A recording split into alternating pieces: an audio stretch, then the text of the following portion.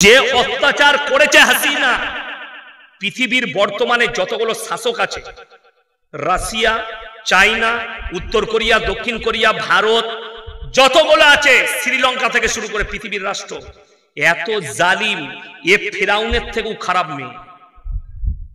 কেন? বহু মানুষকে যারাই অন্যায়ের হক কথা বলতে গেছে তাদেরকে আয়না ঘরে ভরে তাদেরকে মৃত্যুর ঘাট উতরিয়ে দিয়েছে অত্যাচার করে। একজন মুফতি সাহেব কওমি মাদ্রাসার, তিনি আয়না ঘর থেকে বেরিয়ে এসে তার অভিজ্ঞতা বলছিলেন, বলতে বলতে কেঁদে ফেলেছিলেন যে আমাকে যখন আয়না ঘরে রাখা হয় আমি বুঝতেই পারিনি যে আজকের তারিখটা কত। খাবার দিত, পচা খাবার, খেতে পারতাম না। তারপরে নিয়ত করলাম এরপর রোজা রাখতে শুরু করব। সেহরি খেতে লাগলাম, সেহরিতেও পচা খাবার। ভাতটাকে ধুয়ে ধুয়ে ধুয়ে ধুয়ে একটু সাদা করে সেটাকে নুন দিয়ে খেতাম, আর চোখ দিয়ে গড়গড় করে পানি পড়তো, আর রোজা রেখে দিন কাটাতাম। নামাজ পড়লে হাসিনার প্রশাসনরা গালি দিত পেছন থেকে। নামাজের সময় বলা হতো না, খালি সেহরি আর ইফতারির সময় বলা হতো। বলছে রোজার মাসে খালি বুঝতে পারতাম এটা সকাল এটা সন্ধ্যা, বাকি কোন সময় বুঝতে পারিনি কখন সকাল হয়েছে কখন সন্ধ্যা হয়েছে। ওই আয়না ঘর ভাঙা চলবে না। পৃথিবীর মানুষ যেন জানতে পারে কিয়ামত পর্যন্ত এইরকম একটা জালিম মেয়ে ছিল যে এরকম আলেম উলামা এবং সাধারণ মানুষকে এত অত্যাচার করেছে আয়না ঘরে। ফিরাউনের মতো যেন এরকম হয়ে থাকে। ফিরাউন যেমন একজন জালিম, কিয়ামত পর্যন্ত মানুষ মনে রাখবে। বাংলাদেশের এক হুজুরের হয়ে আল্লামা সাইদি সাহেবকে ফাঁসি চেয়েছিল, এই নিয়ে কি বলবেন? এক হুজুর দেখুন, এখনই যদি আমাকে জেলে নিয়ে যায়, আমাদের দেশে যতগুলো জিলাপি হুজুর আর গুটকাখোর আছে তারা বলবে ইয়াসিনকে ফাঁসি দাও। বলবে না? বলবে না। কেন? যাদের বাজার খারাপ হচ্ছে আমার দ্বারা, যাদের বাজার নষ্ট হচ্ছে, যাদের মাজারের ব্যবসা, তাবিজের ব্যবসা বন্ধ হচ্ছে, এই মৌলবি কটা বলবে ইয়াসিনকে ফাঁসি দাও। তো দেলওয়ার হোসেন সাইদি সাহেবের বক্তব্যে যাদের বাজার নষ্ট হয়েছে, যে গুটকাখোর আর জিলাপি হুজুরদের, তারাই বলেছিল যে উনাকে ফাঁসি দাও। তো দেখুন, দেলওয়ার হোসেন সাইদি সাহেব শাহাদত বরণ করেছেন, আল্লাহ তেনাকে জান্নাতি করুক, বলুন আমিন। তেনাকে পয়জন দিয়ে মারা হয়েছে, তার মানে তিনি শহীদ হয়েছেন। কিন্তু দুঃখের বিষয়, আল্লাহ কত বড় শক্তিশালী বুঝতে পাচ্ছেন। হাসিনার বাড়িতে রান্না হয়েছিল, রান্না, ইলিশ মাছ, পাবদা মাছ, পাম্পলেট মাছ, দেশি মুরগি। আল্লাহ এত বড় কুদরতওয়ালা, রাঁধা ভাত খেতে দেয়নি, দেশ ছেড়ে পালাতে হয়েছে। জোরে বলুন সুবহানাল্লাহ। ওই জন্য ভাববেন আপনার হাঁড়িতে রাঁধা ভাত থেকে যাবে, আপনি খেতে পারবেন না, আপনার কাছে মৃত্যু চলে আসতে পারে। ওই জন্য সব সময় আল্লাহকে স্মরণ করব। জোরে বলুন ইনশাআল্লাহ। হযরত আবু বকর সিদ্দিক রাদিয়াল্লাহু তাআলা আনহু আল্লাহর রাসূলকে জিজ্ঞেস করলেন, ইয়া রাসূলুল্লাহ, পৃথিবীর সবথেকে জ্ঞানী ব্যক্তিকে? আপনার চোখ দিয়ে পানি আসবে। নবীজি কি উত্তর দিলে জানেন? হে আমার সাহাবীরা শুনো, পৃথিবীর মধ্যে সব থেকে জ্ঞানী ব্যক্তি সে যে প্রত্যেক দিন একবার নিজের মৃত্যুকে স্মরণ করে। আপনি রাত্রে শুতে যাবেন, এই জলসা শেষ করে শুবার আগে উজু করবেন আর কালমা পড়বেন। সকলে জোরে বলুন ইনশাআল্লাহ। বাড়ির মা বোন আপনারা উজু করে শুবেন, কালমা পড়ে শুবেন, আয়াতুল কুরসি পড়ে শুবেন। মানুষ আমল করবে, আমল করার পরে যদি কোনো ত্রুটি থাকে, যারা প্রতি নামাজের পরে একবার করে আয়াতুল কুরসি পড়বে, তাদের জান্নাতে যাওয়া কেউ আটকাতে পারবে না, রাসূল বলেছেন। জোরে বলুন সুবহানাল্লাহ। যে মানুষ কালমা পড়ে শুবে, কেন? আপনি শুয়ে ভাববেন এই ঘুমটাই আমার যেন শেষ ঘুম না হয়ে যায়, এই নিদ্রাই যেন আমার শেষ নিদ্রা না হয়ে যায়। এটা আপনাকে ভাবতে হবে, চিন্তা নিতে হবে। সকালে উঠলে ফজরের নামাজ পড়ুন, সিজদায় পড়ে, আল্লাহ তুমি আমাকে নিদ্রা থেকে জাগিয়েছো, তুমি নাও জাগাতে পারতে। ঘুমের মধ্যে মৃত্যু হলে পৃথিবীর আর কেউ জাগাতে পারবে না। সঞ্জয় দত্তের বাপ সুনীল দত্ত ঘুমের মধ্যে মারা গিয়েছিল। সকালে গিয়ে দেখছে আর নেই। তিনি ছিলেন ক্রীড়া মন্ত্রী ভারতের, কংগ্রেসের আমলে। মৃত্যু, ঘুমিয়ে মারা গেছে। তার নাম আল্লাহ। আল্লাহ যার কাছে মৃত্যুর ডাক পাঠাবে, পৃথিবীর আর কোনো শক্তি তাকে রুখতে পারবে না। আমার ভাই অনুরোধ করে বলে যাচ্ছি, যদি নিজের আত্মাটাকে পরিষ্কার করতে চান, আমি একটা আমল বলে যাচ্ছি, সবাই করব, জোরে বলুন ইনশাআল্লাহ। সেই আমলটা হচ্ছে, আপনি কালকে করুন, পরশু করুন, তরশু করুন, রাত্রে যখন শুতে যাবেন আপনি উজু করে কালমা পড়বেন, আয়াতুল কুরসি পড়বেন, 4 কুলটা একবার পড়বেন। বিছানায় শুয়ে ঘুম না এলে, ঘুম আসার আগে চোখটা বন্ধ করে নিরালায় ভাববেন যে আল্লাহ, আমি আজকে মারা গেছি, বললেন আমি আজকে মারা গেছি, আমার মৃত্যু হয়ে গেছে। ভাববেন আমার প্রতিবেশী আমার লাশটাকে বারান্দায় শুয়ে দিয়ে চারিদিকে আমার মা বাপ, আমার বিবি, আমার আত্মীয় স্বজন কান্নাকাটি করছে, খুব কাঁদছে, আমি শুয়ে আছি। তারপরে খাট আনা হলো, আমার গোসল দেওয়া হচ্ছে, আমার গোসল দিচ্ছে, আমার পরিবার আমার পাশে দাসে কাঁদছে, আমার সন্তান কাঁদছে, আমার গোসল হচ্ছে, আমাকে কাফন পরানো হলো, আমার লাশ উঠে গেল, খাটটা টিপে আমার মেয়ে ধরেছে, আমার সন্তান ধরেছে, কাঁদছে, আমার লাশ চলে গেল। জানাজার ময়দানে জোহরের নামাজ পড়ে ইমাম দাঁড়িয়ে গেল, জানাজার নামাজ হয়ে গেল। জানাজার পরে বলছে তাড়াতাড়ি খাটটা তোল। কবরে নিয়ে যাওয়ার পরে সব মানুষ বলছে লাইন দিয়ে দাঁড়াও, আমি আগে মাটি দেবো, আমি আগে মাটি দেবো। আমাকে শোয়ানো হলো, বাঁশ চাপিয়ে দেওয়া হলো, আমাকে মাটি দিয়ে সবাই ছেড়ে চলে এলো। আল্লাহর ফেরেশতারা এসে আমার কাছে সওয়াল জবাব শুরু করেছে, আমি কিভাবে উত্তর দেব? চোখ দিয়ে পানি ফেলার, আপনার আত্মাটা পরিষ্কার হবে, আপনি জীবনে আর নামাজ কাজা করবেন, জীবনে আর পাপ করবেন। হে আমার যুবক আর যুবতী, যারা ভাবছেন আমরা পাপ করি, পৃথিবীর কেউ দেখতে পাই না, অন্তর থেকে বলে যাচ্ছি, পৃথিবীর কেউ দেখুক আর না দেখুক, আল্লাহ কোরআনে বললেন ইন্নাল্লাহা লা ইয়াখফা আলাইহি শাইউন ফিল আরদি ওয়ালা ফিস সামা। পৃথিবীর কেউ দেখুক আর না দেখুক, আমি আল্লাহ অবশ্যই দেখছি। আসমান আর জমিনে এমন কোন জিনিস নেই যেটা আমার আল্লাহর কাছে গোপন আছে। আপনি হৃদয়ে কথা বলেন, আল্লাহ শুনতে পায়। যারা পাপ করছেন, আমাদের সমাজে অনেক ভালো লোক আছে, অনেকজন মনে মনে করে হুজুর আমি নামাজ পড়ি না, আমি কিন্তু রোজা রাখি না, এরকম লোক আছে না? নাই। কিন্তু ভালো লোক, কারুর ক্ষতি করে না, কারুর চুগলি করে না, কারুর বিরুদ্ধে চলে না, কারুর সঙ্গে খারাপ ব্যবহার করে না, জিনা করে না, মদ খায় না, গাঁজা খায় না, কোনো নেশা নেই, লোকটা ভালো লোক। কি বলে তারা? চায়ের দোকানে কি বলে? হুজুর আমার মতো ভালো লোক পাবেন না, গায়ে আমি নামাজ না পড়তে পারি, এরকম লোক আছে না? না। কি বলে? আমি নামাজ না পড়তে পারি, কিন্তু আমার মতো ভালো লোক সমাজে নেই। তারা কান খুলে শুনে যান, সেই ভালো লোক দিকে বলছি, আপনার সব ভালোটা মেনে নিলাম, কিয়ামতের দিনে জান্নাতীরা জান্নাতে যাবে, জাহান্নামীরা জাহান্নামে যাবে। জান্নাতীরা প্রশ্ন ছুড়বে, ফি জান্নাতি ইয়াতাসাআলুনা আনিল মুজরিমিনা মা সালাকাকুম ফি সাকার। তোমরা কেন জাহান্নামে যাচ্ছ? তোমরা বলতে আমরা ভালো লোক, তোমরা বলতে আমার মতো লোক নেই, আজকে কেন তোমরা জাহান্নামে যাচ্ছ? তারা 1 নম্বর উত্তর দেবে, ক্বালু লাম নাকু মিনাল মুসাল্লিন, আমরা নামাজি মুসল্লিদের মধ্যে ছিলাম না। এটা 1 নম্বর উত্তর, আমরা নামাজি ছিলাম না, যার কারণে আল্লাহ আমাদেরকে জাহান্নামে পাঠিয়েছে। ওই জন্য যারা ভাবছেন আমি ভালো লোক, নামাজ না পড়তে পারি, রোজা না রাখতে পারি, আমার ভাই এই নামাজ না পড়ার কারণেই জাহান্নামে যেতে হবে। আমার রাসূল বলেছেন, যার নামাজ নাই তার মধ্যে ইসলাম নেই। সে মৌলবি হোক, মুহাদ্দিস হোক, সে পীর হোক, ফকির হোক, ডাক্তার হোক, মাস্টার হোক, রাজা হোক, বাদশাহ হোক, যদি নামাজ না থাকে ইসলাম তার মধ্যে নাই। এটা লিখে নিয়ে যান। ওই জন্য নামাজ কেউ ছাড়বেন না, জোরে বলুন ইনশাআল্লাহ। 5 ওয়াক্তের নামাজ অবশ্যই। আল্লাহ তাআলা, যারা ভাবছেন মনে মনে আমরা তো পাপ করি, কেউ জানে না, আমার পরিবার, আমার স্ত্রী, আমার সন্তান, আমার প্রতিবেশী, আমার ইমাম, কেউ জানে না আমি লুকিয়ে পাপ করি। এমন কি অনেকজন মনোভাব নেয় আল্লাহর কাছে কিয়ামতের দিনে অস্বীকার করে দেব। কোরআন সূরা ইয়াসিন, আল-ইয়াওমা নাখতিমু আলা আফওয়াহিহিম ওয়া তুকাল্লিমুনা আইদিহিম ওয়া তাশহাদু আরজুলুহুম বিমা কানু ইয়াকসিবুন।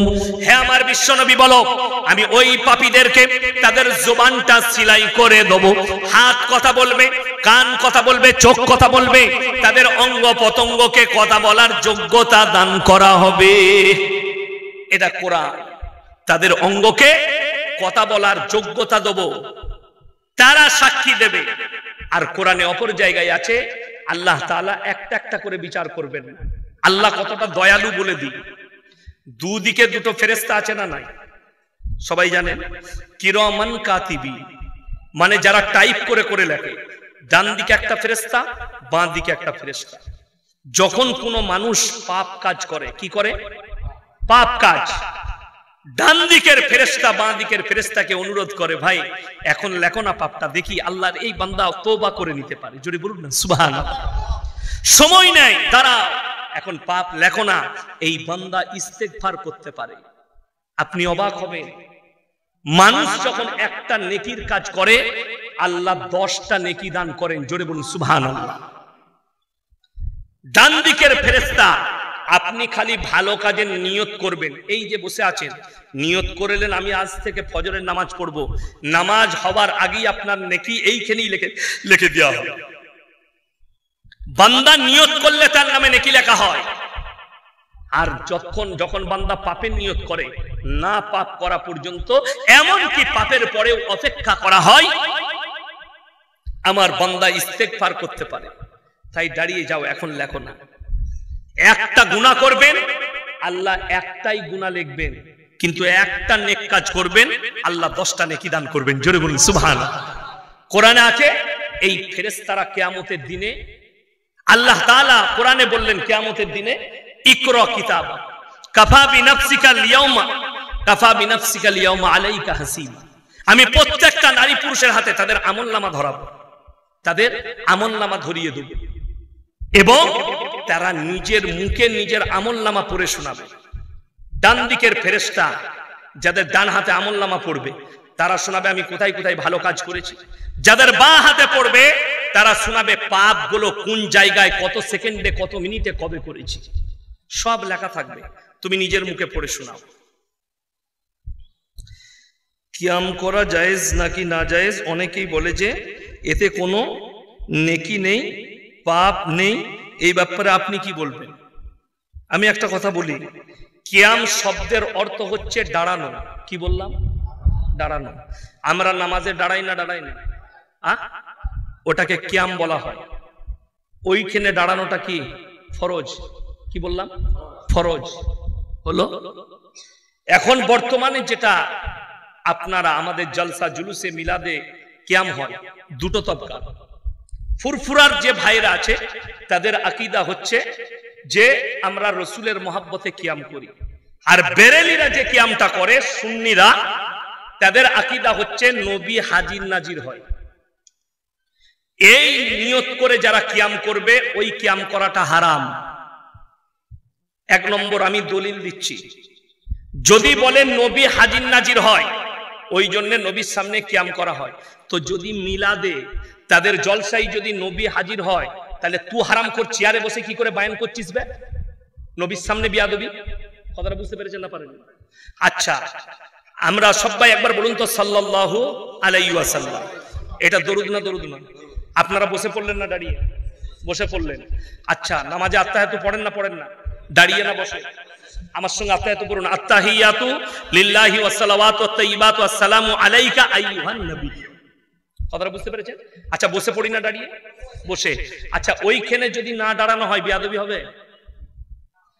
আত্তাহিয়াতু বসে ওইখানে নবীকে বসে সালাম পাঠানোর হুকুম আছে। আর জলসাই যদি না দাঁড়ানো হয়, দেখুন আমি একটা জলসাই বলেছি হারাম, এই জন্যই বুঝতে পেরেছি লিখেছে। কেন বলেছি তার অনেকগুলো কারণ আছে। ফুরফুরার একজন হুজুর, তার নাম সাউদ সিদ্দিকী, আমি তার নাম রেখেছি গুটকাখোর। আমি চ্যালেঞ্জ দিয়ে গেলাম আপনাদের নবগলা মাদ্রাসায় তাকে ডাকেন আর আমাকে, বেশি লয়। তালিমুল ইসলাম আর দিনে তালিমটা যদি পড়ে শোনাতে পারে, আমি মৌলবি শওকতের বেটা বাইক ক্যামেরা ইস্তেগফার করে যাব। ওই সাউদ সিদ্দিকী তালিমুল ইসলাম আর দিনে তালিম বেশি লয়, তাকে বলুন ফেসবুকে লাইভে এসে শোনাবে। এই হারামখোর আমাকে কাফের ফতোয়া দিয়েছে।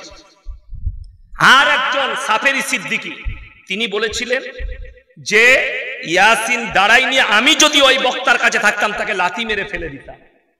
দেখেন, আমি বলে দিয়ার পর দাদা হুজুর পীর কেবলা রহমতুল্লাহ আলাইহির ওসিয়তনামায় আছে, কেউ যদি বসে থাকে তাকে দাঁড় করিও না, কেউ দাঁড়িয়ে থাকলে তাকে বস করিও না। যেখানে বাগনানে জলসা হচ্ছিল, আমার আগে একটা ছোট ছেলে হাওড়া, সে বায়ান করছিল, সে কিয়াম করেছে, আমি বসে আছি, আমি না তাকে বাধা দিয়েছি না কিছু বলেছি, আমি আমার বক্তব্য দিয়েছি, সে তার কাজ করে চলে গেছে। পরবর্তীতে আমার ওই ক্লিপটা, বসে থাকার ক্লিপটা কেটে ফেসবুকে ফেড করে আমার জন্য উল্টো পাল্টা বক্তব্য দিয়েছে। কি বুঝলেন? আমাকে বলেছে সাউথ সি, ওই সাফেরি দেখলাম একটা জলসাই বলেছেন, বড় মানুষের ছেলে তো ওরা বলার অধিকার আছে, আমাকে বলেছে সাইফন মাছ। তো তোদেরই তো আমেরিকান মাছ আছে, নাই? খুঁজে দেখ ভালো করে, তোদের কতগুলো আমেরিকান মাছ আছে। আমি কিচ্ছু বলিনি। যাই হোক, ওইখানেই আর একজন পীরজাদা আব্বাস সিদ্দিকী, তিনি বলেছেন যে এই ভাষাটা বলাটা ভুল হয়েছে, লাথি মেরে ফেলে দিন। এইটা হচ্ছে ঝামেলা। আমি ঝামেলার বক্তা নয়, কিন্তু কোন মাল ঝামেলা করলে সে আমার কাছ থেকে পার পাবে না। আমি মৌলভী শওকতের বেটা, সে জীবনে কেউ কি ছাড়েনি, আমি কি করে ছেড়ে দেব? আমাকে গালি দিবা, আমি তো গালি দিইনি। আমাকে কাফের বলেছে, যদি কিয়াম না করার জন্য কাফের বলা যায়, তাই সেই কিয়াম করাটা হারাম। দ্বিতীয় নম্বর বলে দিই, এদিকে চ্যালেঞ্জ দিলাম, যেভাবে দাঁড়িয়ে ইয়া নবী সালামুন আলাইকা, ইয়া হাবিব সালামুন আলাইকা, এইভাবে নবীর কোন সাহাবী দরুদ পাঠ করেছে, কিয়াম করেছে, যদি প্রমাণ করাতে পারে, আমি শওকতের বেটা কাল থেকে কিয়াম করি। স্টেজে এখনই নিয়ে আসুন, খালি হাদিস নম্বর বলবে, অমুক হাদিসে যে ভাষাগুলো কিয়ামে বলা হয় এগুলো আছে। আরে খেপা, সালাম তো দাঁড়িয়েও পড়া যাবে, যাবে না? যাবে না? সাল্লাল্লাহু আলাইহি, আমি দাঁড়িয়ে আছি, আমি নবীর নাম শুনলাম, বললাম সাল্লাল্লাহু আলাইহি সাল্লাম, তাহলে নবীকে দাঁড়িয়ে সালাম পাঠানো হলো? হলো না? হলো না? আমি বসে আছি, এখন জলসা করলাম, কতবার দরুদ পড়লাম? বসে পড়লাম না দাঁড়িয়ে? বসে। তাহলে আমি কি গুনার কাজ করলাম না আপনারা গুনার কাজ করলেন? ওই মৌলবীকে বলতে চাই, আসল কথা কি জানেন? আমি তো জানি কার ভাড়ে কি আছে। এই যাকে দেখছেন সাউথ সিদ্দিকী, মাদ্রাসার মুখ দেখে না, পীরের বেটা পীর হয়েছে, ভণ্ড, কবর পুজো করে, কবর পূজারি, তাবিজ বিক্রি করে। এই আবার কন্টেকে করছিল কবর জিয়ারত, শুনেছেন? এই কন্টেকে কবর জিয়ারত জানেন না? মদিনা থেকে বলছে, আমার ভাইরা আমি এখনো 3 দিন মদিনায় থাকবো, তোমরা সবাই দরুদ পড়ে পাঠাও, আমি নবীর কবরে পৌঁছে দেব। কত বড় কন্ট্রাক্টর বুঝতে পারছেন? তার মানে আমি দরুদটা পৌঁছে দেবো, যাবার পরে আমাকে হাদিয়া দিবি, ওই করেই তো পেট চলে। তো বড় কষ্টের বিষয়, অথচ রাসূলের হাদিসটা শুনে যান। এই মাজমাই যতজন আমরা দরুদ পড়লাম, আর একবার পড়ুন সাল্লাল্লাহু আলাইহি ওয়াসাল্লাম। এই যে দরুদ পাঠ হলো, আল্লাহর ফেরেশতারা রাসূলের রওজা মুবারকে পৌঁছে দিবেন, জোরে বলুন সুবহানাল্লাহ। এই মাজমা শেষ হবে, দোয়া হবে, সমস্ত দরুদগুলো আল্লাহর রাসূলের কাছে পৌঁছে যাবে, এটা সহি হাদিস। অথচ ই বলছে আমি মদিনায় আছি, আমাকে দরুদ পাঠা, আমি রাসূলের কবরে পাঠাবো, মানে যাওয়া মাত্র আমাকে হাদিয়া দিবি। বড় কষ্টের বিষয়, দুঃখের বিষয় যে এই সমস্ত গুমরারা, যাদের কাছে ইলম কালাম নাই, এরা লোককে সঙ্গে সঙ্গে কাফের ফতোয়া দেয়। এতক্ষণ জলসা করলাম, আমি ভুল যে বলেছে তার কথা বললাম, কেউ কি কাফের বললাম? বলুন তো। কোন মুসলমানকে কাফের বলা যাবে না, সে দেওবন্দি হোক, বেরেলি হোক, আহলে হাদিস হোক, ফুরফুরা হোক, আজানগাছির হোক, তার হাকিকত না জানা পর্যন্ত তাকে কাফের বলতে পারবেন না। যতক্ষণ পর্যন্ত সে রাসূলকে অস্বীকার করছে না, আল্লাহকে অস্বীকার করছে না, আল্লাহর কোরআনকে অস্বীকার করছে না, কাফের নয়। মতবিরোধ থাকতেই পারে, আর কিয়ামতের সকাল পর্যন্ত থাকবে। কেউ ফুরফুরার মত নিয়ে চলে, কেউ আহলে হাদিস মত নিয়ে চলে, কেউ দেওবন্দি মত নিয়ে চলে। আরে রাসূলের হাদিস তো মিথ্যা হয়ে যাবে। নবীজি বলেছেন আমার উম্মতরা 73টা দলে বিভক্ত হবে, আর যদি 73টা দল না হয়, রাসূলের হাদিস মিথ্যা হয়ে যাবে। এখন কটা দেখেছেন? কাদিয়ানি, বাংলাদেশে হিজবুত তৌহিদ বেরিয়েছে একটা দল, এরকম হাজারো দল বেরিয়েছে। এই কালকে আমাকে একজন বয়ান শোনাচ্ছিল, মুর্শিদাবাদের একটা বক্তার গুটকা করে, তার নাম জুবের। বলছে বাবা, কবরে তোমরা আজান দিবে। আজান কবরে? বলে হ্যাঁ, এই তো আমাদের দেশে মারামারি কি নিয়ে, জানাজান নামাজের পরে দোয়া হয়, হয় না? হয় না? অনেক জায়গায় দোয়া হয়, মারামারি দোয়া নিয়ে। বলছে দোয়া করতে হবে। আচ্ছা, জানাজান নামাজটা কি নামাজ? নামাজের সূরাতে মাইয়াতের মাগফিরাতের দোয়া। হ্যাঁ, দোয়া আপনি করতে পারেন কবর জিয়ারত করে। আপনি দোয়া করুন, হাত তুলে দোয়া করুন, বাপের কবর জিয়ারত করে, অসুবিধা নাই, দোয়া করা যায়। কিন্তু আমাদের দেশের গুটকাখোররা 3-4টা দোয়া করবে, মানে লুঙ্গিটা যেন পায়। গেঞ্জিটা যেন পায়। তুই তো কবর জিয়ারত করা গেঞ্জি পড়িস, কবর জিয়ারত করা লুঙ্গি পরে নামাজ পড়াস, কষ্টটা তো ওই জায়গায়। মানে কবর জিয়ারত করলে 3 দিন দিয়ে তারপরে বলছে হুজুর কি কালারের লুঙ্গি দেবো, বলবে আমি সাদা লুঙ্গি পরি। আমাদের সমাজের লোক শুনেলেন না, গরু করে মাইয়াত বাড়িতে খানা করে, করে না করে না? যার ঘরে লোক মারা যাবে তার ঘরের খানা হলে খানা খাওয়ার শরীয়তে জায়েজ নাই। যার বাড়িতে মাইয়াত হবে, রাসূলের হাদিস 3 দিন তার বাড়িতে চুলা জ্বলতে দিও না। আর আমাদের লোক মরার আগেই তার গরুর হেলে গরুটা জবাই করে দিবে। আর খাওয়া আল্লাহ, আর এই খাওয়াতে ধুম বেশি কাদের জানেন? মাদের। খালি লোক মরলে হচ্ছে, কি বুঝলেন? আর বিশ্বাস করুন আমরা অত সম্পর্ক জানি না, মা বোনরা যতটা সম্পর্ক জানি। ও গাড়িতে চেপে বসেছে, বেটা জিজ্ঞেস করছে কোথায় যাবি? কেশপুর। বলে কেন গো? বলে তুই জানি না নাড়া দৌড়ে তোর একজন আত্মীয় মারা গেছে। কে হয় গো? বলে তোর ফুপুর বোনের বিয়ানের অমুকে তমুকে, ঠিক একটা কুটুম বার করে দিবে। অত কুটুম আমরা জানি না, কি বুঝলেন? অত কুটুম আমরা জানি না। এই আমার আব্বাজি সেদিনে হাসছিলেন, মাদ্রাসায় একটা কথা বললেন। আমার যিনি দাদি শাশুড়ি ছিলেন, মানে আমার ফুপুর মেয়ের সঙ্গে আমার বিয়ে হয়েছে, তো আমার ফুপুর যিনি শাশুড়ি ছিলেন, তো আমার আব্বা একবার গেছে বোনের ঘর, তো সম্পর্কে সমদ মা হচ্ছে আমার আব্বা জান, গিয়ে বলেছে বিয়ান কেমন আছে? কি বলেছে? বিয়ান। হাসছিলেন, সম্পর্ক জানে না, কিন্তু মেয়েরা ভালো সম্পর্ক জানে না। ওই জন্যে কি বললেন, কোথায় কে মরেছে জানে না। শুনে যান, মায়ের দিকে বলছি 3টে কারণ ছাড়া বাড়ির বাইরে যেতে পাবে না। কটা বললাম? 3টে, হাদিসে আছে। বিসমিল্লাহ। নাম্বার 1, নিকটবর্তী আত্মীয় যদি মারা যায় তবে মহিলারা যেতে পাবে পর্দার সহিত, এবং পর্দাটা হবে এমন পর্দা যার বাইরে থেকে যেন বোঝা না যায় ভেতরে যে মহিলা যাচ্ছে তার শরীরের অঙ্গটা কেমন। নাম্বার 2, শরীর যদি খুব অসুস্থ হয় পর্দার সহিত ডাক্তারখানা যেতে পাবে। নাম্বার 3, হজ ফরজ হলে হজ করতে যেতে পাবে, যার সঙ্গে বিয়ে হারাম তার সঙ্গে। কথাটা বুঝতে পেরেছেন না পারেননি? যার সঙ্গে বিয়ে যায় যাচ্ছে তার সঙ্গে হবে না। চাচতো ভাই, মামাইতো ভাই, ফুফুইতো ভাই চলবে না। যার সঙ্গে বিয়ে হারাম তার সঙ্গে যেতে পাবে, এটাই শরীয়ত। এর বাইরে বাজার ঘোরা যদি কোনো মৌলবি হাদিসে দেখাতে পারে। জানেন মোবাইল কত ক্ষতি করছে? মোবাইলে একজন সুন্নত লিখেছে, নবীর সুন্নত বিবিকে ভালোবাসা। নবীর সুন্নত হচ্ছে বিবির সঙ্গে কাজে হাত লাগানো। নবীর সুন্নত বিবির কপালে চুম্বন দিয়ে বাড়ি থেকে বের হওয়া। নবীর সুন্নত বিবির খিদমত করা। নবীর সুন্নত হচ্ছে বিবিকে ফুচকা খাওয়াতে নিয়ে যাবেন। এই হাদিসটা কোথায় ছিল? হ্যাঁ, লিখে দিয়েছে, রেস্টুরেন্টে খাওয়াতে নিয়ে যাওয়া। এই গুজরাটের একটা মুফতি, তার নাম হচ্ছে মুফতি আনাস, একটা নায়িকাকে বিয়ে করেছে। নায়িকা, তার নাম হচ্ছে সানা খান।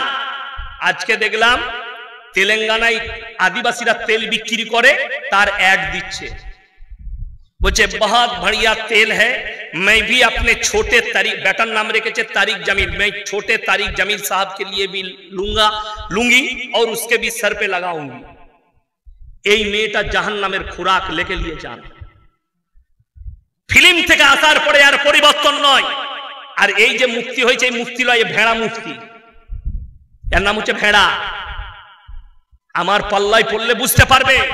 अरे तुम्हारे जैसा मुफ्ती हमारे जेब में रहता है, तुम नालायक मुफ्ती हो, अपने बीवी को पर्दे में नहीं रख सकते। और इस्लामी शरीयत के अंदर है, एक औरत गैर मर्द के पास नहीं जा सकती। আর তার বউ একটা পর পুরুষের কাছে গিয়ে তেলের অ্যাড দিচ্ছে। এ যেরকম নোংরা ছিল এরকম নোংরাই আছে, খালি পোশাকটা পাল্টাচ্ছে, কোনো পরিবর্তন নাই। ইসলামী শরীয়ত হচ্ছে আপনার বিবিকে যেন পর পুরুষে না দেখে। আজকে তো বড় কষ্টের বিষয়, আপনি চায়ের দোকানে গল্প করছেন, আপনার বউ ব্লাউজ কিনতে যাচ্ছে নবখোলা।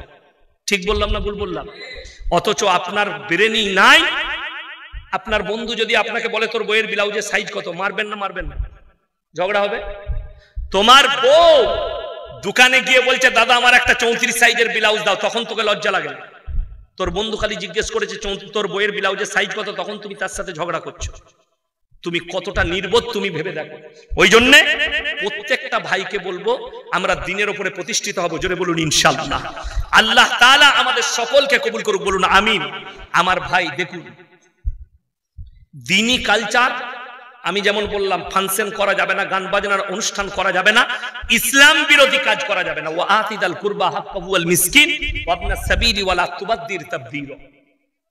তোমরা কাছের গরিবের খেয়াল রাখবে, এতিম আর মিসকিনের খেয়াল রাখবে, আর যদি মুসাফির হাত পাতে তার খেয়াল রাখবে।